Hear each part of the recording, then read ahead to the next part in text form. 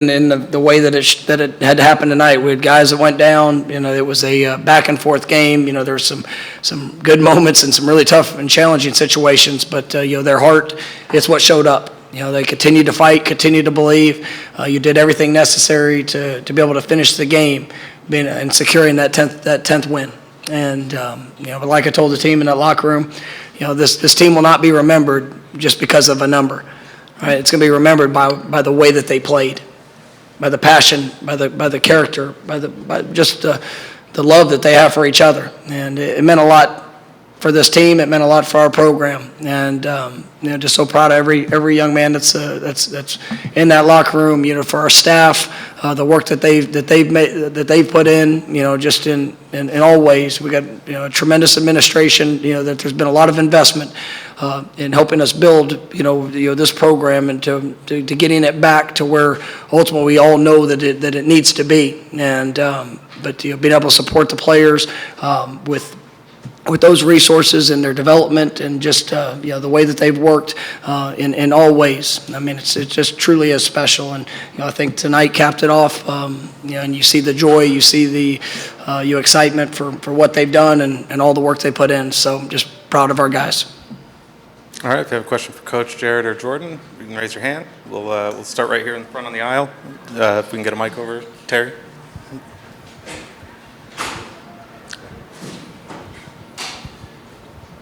Mike, at the half, what did you tell the team? What was sort of the message, and what did you think about how they came out and approached the second half? I just told them to keep playing, keep continue to believe.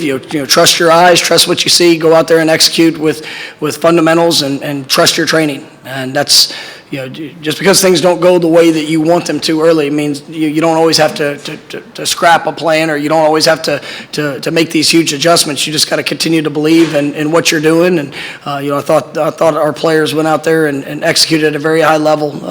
We were able to get critical stops, creating a takeaway when we needed it. Offensively, the drive, I think it was a 15-play drive, 95 yards. I mean, that was special, and that was a statement drive for how you respond. You got to give credit to OU. I mean, they played hard. I mean, they brought a lot of different pressures. They were able to attack in a variety of ways. We knew that was an explosive offense, especially with their skill position, at wide receiver. The young back, he's good, and I know he's good. The quarterback, did a great job in what they were doing, but ultimately our guys just continued to fight. And when we had to take the field one more time, our defense ended it the way it needed to be ended. And so just proud of this team. I want to give a shout out to Ryan as well. Ryan went through some challenges throughout the course of this year. And with whether it was confidence, whether it was things that he had to build back, he just continued to work day in and day out, and to be put on the stage in the moment, to need to make a field goal to put us up to go win the game, and he answered the call. So very proud of him as well. All right, we got one in the back center, Melissa. Right here, Melissa Thomas with Florida National News, back center. This question is for Jared and Jordan. What was the conversation in the locker room at halftime to kind of rally the guys together, kind of bring things up in the second half? Honestly, it was no different than usual. We know who we are. We know our identity as a team. We work really hard. We work for situations like that. We work hard in the off season. We're made for times like that. And the guys stepped up. The defense came up big. Shout out to the offensive line, Johnny Wilson, Pokey, the running backs running hard. We couldn't do it without all of our guys. Special teams is big too. I feel like that gets overlooked a lot. Our special teams unit is really special. So it was a big time win for this football team. Oh, my bad.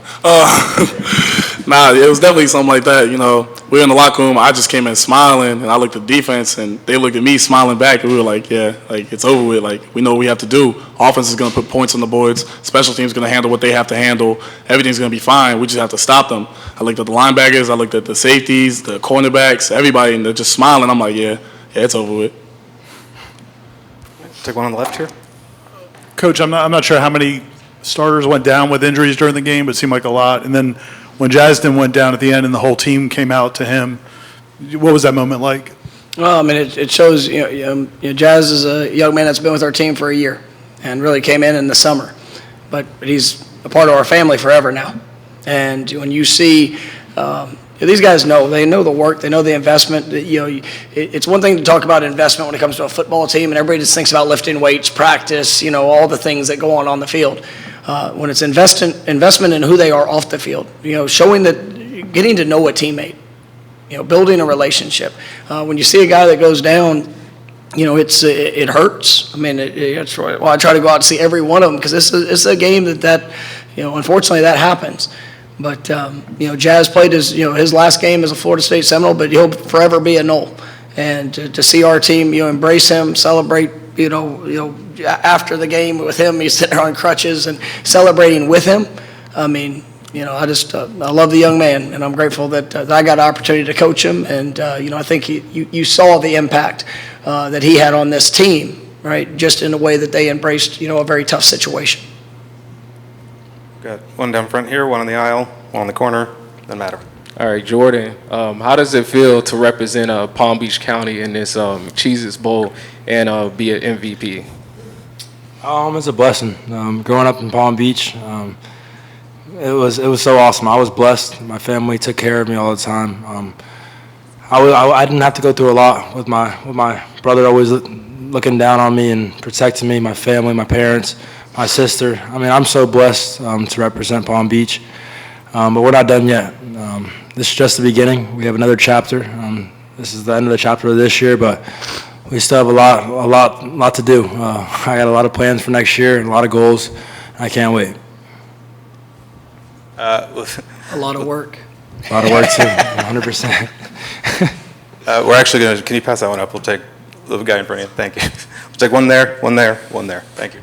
Mike, we've seen the more ups, but the ups and downs with Johnny this season, but he's always been, you've always known the ability for him to have the game he did. When the offense really needed him tonight, what can you say about his performance? No, it was great. And, I think you see his growth. And, I think back to the last regular season game. He had some challenging moments, in that game. But even on the last drive, he had a huge third down reception, and it showed that response. And then tonight to come out and played at such a high level, and it wasn't perfect, but it was he made some plays that were just spectacular. There was one of the third downs. He used every bit of that 6'7" body to go make an incredible catch, and then the long pass there on the final drive.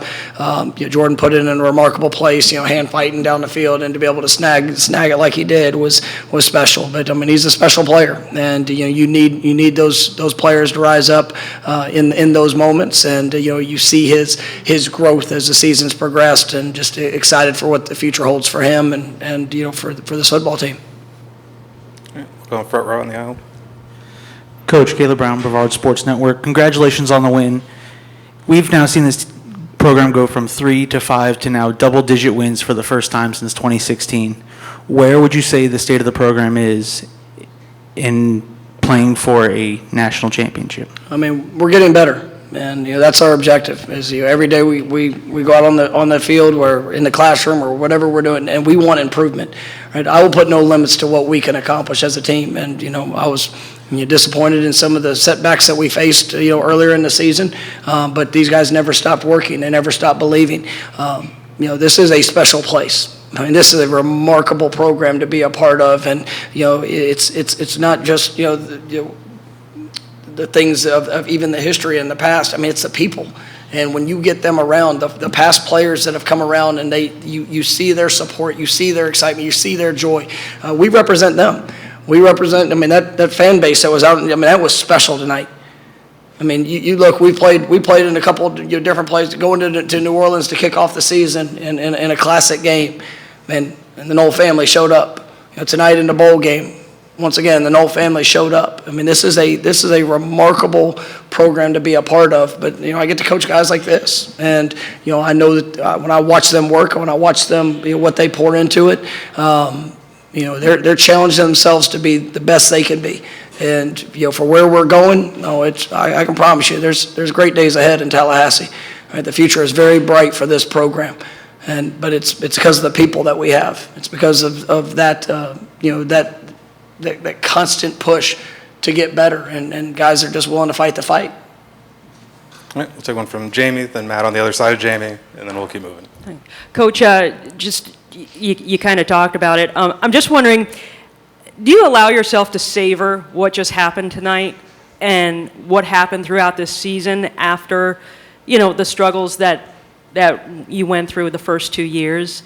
But then Jordan mentions there's much more work to be done. So I'm just wondering, how much do you savor this? Oh, absolutely. I mean, every experience is critical, for our journey. And, the highs, the lows, I mean, the good and the bad. I'm proud of this team. I'm so very proud of them. And, we get to sit back and see what they've been able to accomplish when many people didn't believe that they could. But I knew. And because I'm with them every day, I watch them work. I watch how much they care. This is a team that they truly are a family. And just like with family, there's days that you squabble together. There's days that that there's the accountability part of it is it's hard. And there's a lot of other programs you can go to that'd probably be a lot easier. But it's what makes moments like this worth savoring. Because it's not just about the results of a game. I mean, yes, we can look up at a scoreboard and be really excited. And I know what it took to get there. Right? I got to watch these guys whenever maybe people doubted them, or when maybe things weren't going exactly like they had hoped it had been. I know where we had to come through as a program. It was hard, but we know what's ahead. And it's gonna be work. That's why, Jordan said, there's no limits to what we can accomplish, because I know how these guys are gonna work, and I know how I'm gonna push them to make sure that we get to where ultimately I know that we can go. All right, Matt, your turn. Mike, when you think about back when you were talking with Jared there, and you were talking about coming to Florida State and continuing his career, I mean, how special of a season has it been for him, and to see him, covered in glitter and being this championship today? I mean, how does it feel? And Jared, for yourself, how does it feel, the journey you've taken to get to this point? You want to go first? You want me? Let's rock, paper, scissors for it. What? I'll go. It meant a lot, to finally, go out there, end the season the way we wanted it to. At the beginning of the season, we had a couple, hard losses that, we could have done this or that to be a little bit better. But, just the one thing I'm grateful for is Coach Norvell. He hasn't lied to me once. Like I said multiple times, he sat down with me and just told me he'd give me his best. He hasn't stopped since then. All today, all the first day I got here, every day since, he's given me his best. And I've tried my hardest to give him the same in return. So this is the best decision I've ever made in my life. When you get to coach a young man like this, you don't have to search. You don't have to search for his passion. It shows up. And I remember in the recruiting process, it was a fast recruiting process. But from the first time that I talked to him on the phone till the official visit when I was there in person, I just knew that this was the right fit for Florida State, because he wants to be great in everything that he does. Yes, it's fun watching number 5 go out there and sack the quarterback. Right? I watch how he competes in the classroom too. I watch how he competes in the weight room. I watch how he pours in and challenges teammates and pushes guys to be better than what maybe even they think they can be at times. Right? And when he made the decision to come to Florida State, I remember on that phone call, man, I'm not too proud to say, I was emotional in that moment, because it was real. There was no bull crap about it. It was about somebody that really went through the process and just said, I need to find the best fit where I can go and grow in every way. And I think you see what some of the things he's capable of, and I'm just going to tell you, he's just scratching the surface for where he can go. And this young man has a special future in front of him, because good Lord blessed him with great ability, but he's got an unbelievable mind. He's got an unbelievable heart, and it's going to be fun to watch him continue to grow to what I know that potential is. All right, we'll take 2 more. We got one in the third row center over here, Terry, and then we'll close right here. Is that me? Hey, Jared, I wanted to follow up on that. You obviously had a decision to make if you even wanted to play in this game. How gratifying was it for you to play the way you did and have the sack that sealed it? It was very gratifying. The whole game they did a very good job containing me. That right tackle, I don't remember his name. He was very good. He clamped me up a couple times, but I was like, all right. And then, me, I love to talk. He was talking to me. I'm like, okay, yeah, I'm gonna get you. But just that last play, I remember vividly. He looked at me. He said, "You're not gonna do nothing in the league. You're not gonna make it to the league." And I looked at him. I said, "Watch this next play." And we got the sack. I think it was D'Lo was right there with me. And then we look at the clock, 3 seconds left, time running out. I started laughing at him. Quarterback trying to hike the ball and everything. I'm like, it's over. We hear the birds. Everybody started just screaming, but it's just, it was a great feeling.